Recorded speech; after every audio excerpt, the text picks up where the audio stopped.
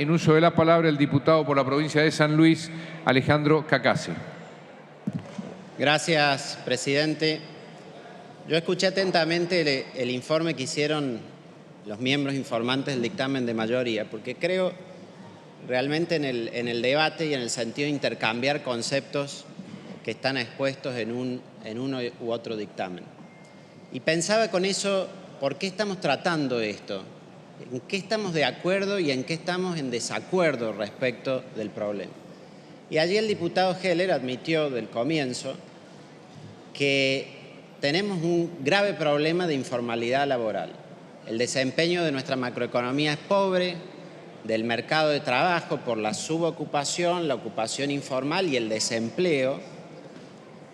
A partir de eso, 4 de cada 10 trabajadores no están registrados ni tienen sus aportes y sus cotizaciones regularmente ingresadas en el sistema previsional y llegan a la edad previsional sin los aportes para poder jubilarse. Esta es la realidad. La realidad de fondo es un problema del mercado de trabajo que no se ha resuelto, que no lo abordamos, que no fiscalizamos adecuadamente y en el que a veces hablamos de los empleadores, pero hasta el propio Estado se encuentra, y muy claramente lo podemos ver en los estados provinciales, mi propia provincia de San Luis es un ejemplo de eso, el propio Estado precariza a los trabajadores haciéndolos desempeñar tareas en la administración pública sin ingresarles los aportes respectivos.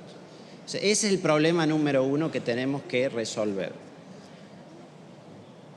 Ahora, nuestro sistema jubilatorio en sí, como está definido por nuestra Constitución, está íntimamente vinculado al trabajo. Piensen en el artículo 14 bis, que habla de los derechos del trabajo, los derechos individuales, los derechos colectivos, gremiales y después los derechos de la seguridad social. Si cuando nació nuestro sistema de seguridad social o el sistema previsional, estuvo íntimamente vinculado a la noción de trabajo. De ahí la lógica de nuestro sistema contributivo. Se jubila aquel que previamente aportó durante su vida laboral para poder después, como se dice, suavizar su consumo, continuar consumiendo lo que tenía con su ingreso, poder hacerlo también a partir de una jubilación. Claro, si tenemos 4 de cada 10 trabajadores que no tienen esas contribuciones ingresadas al sistema, llegan a la edad jubilatoria sin tener el beneficio, sin poder acceder al beneficio. Y esa es la realidad que hoy tenemos. Si tenemos un sistema jubilatorio que pide 30 años de aporte y prácticamente nadie puede alcanzar esa condición. Si nosotros vemos hoy sobre los ciudadanos que tienen 60 o 65 años para mujeres y hombres respectivamente, que es la edad jubilatoria, menos de una quinta parte de ellos cumplen con los requisitos para poder jubilarse. El resto tiene pensión universal para el adulto mayor, tiene algún régimen provincial o tiene una jubilación por moratoria de las que se mencionó. Ahora, ¿cuál es el problema acá con la moratoria? Esto que mencionó el diputado Heller, es innegable que con la creación de las sucesivas moratorias hubo un aumento en la cobertura previsional. Por supuesto, porque si alguien no cumple con los requisitos para jubilarse y la moratoria se los da por cumplidos, desde luego que han podido con eso acceder a una jubilación y eso ha sido un efecto positivo en nuestro país, el de ampliar la cobertura previsional. Ahora, trae 2 problemas que no podemos soslayar ni ignorarlos. El primer problema es uno de equidad contributiva.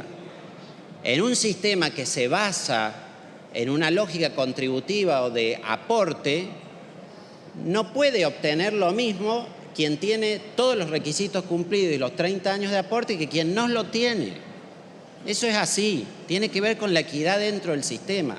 Y no hace falta caricaturizar nuestra posición y decir que nosotros decimos que no quisieron aportar. Nadie dijo eso. Pero lo cierto es que los aportes no están ingresados. Y si los aportes no están ingresados, trae adicionalmente, presidente, un enorme problema fiscal.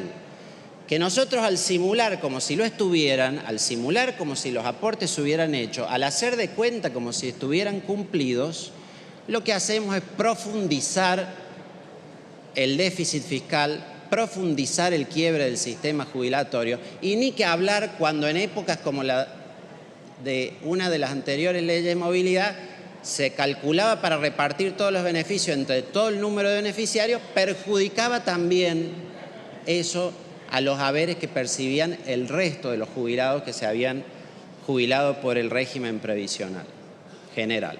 Entonces, ahí hay un claro problema, y esto que cita de la Oficina de Presupuesto del Congreso, de prácticamente medio punto del PBI de déficit que se amplía, es porque hay un problema de flujo evidente.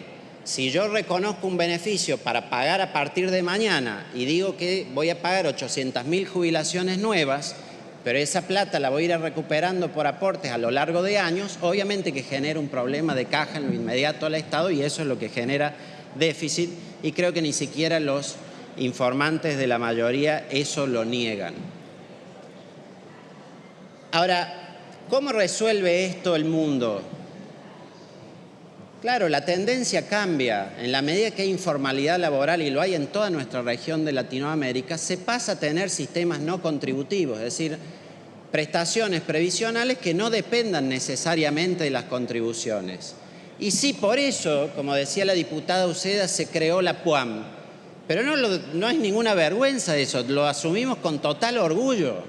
Se identificó que dentro de la población argentina había quienes no tenían aportes, y la administración del presidente Macri, y con la aprobación de este Congreso, dijo: establezcamos un derecho universal para que todos los adultos mayores puedan gozar de una pensión universal al adulto mayor, independientemente de si tengan aportes o no, porque es uno de los compromisos nuestros frente a la comunidad internacional el garantizar el derecho a un nivel de vida adecuado de todos nuestros ciudadanos y de ellos en particular los adultos mayores. Entonces la PUAM lo cumple, eso la PUAM lo cumple. Ahora, yo sé que puede surgir objeciones, o también la hemos escuchado en comisión a las objeciones sobre la PUAM. Una que dice, bueno, mínimo de lo mínimo, el 80% del... Sí, pero no crean que ahora con el descuento que le van a hacer por el pago de cuotas tampoco cobran puramente la mínima. Es la mínima menos el descuento. Entonces lo dicen eso para la PUAM, pero no para la moratoria que están creando.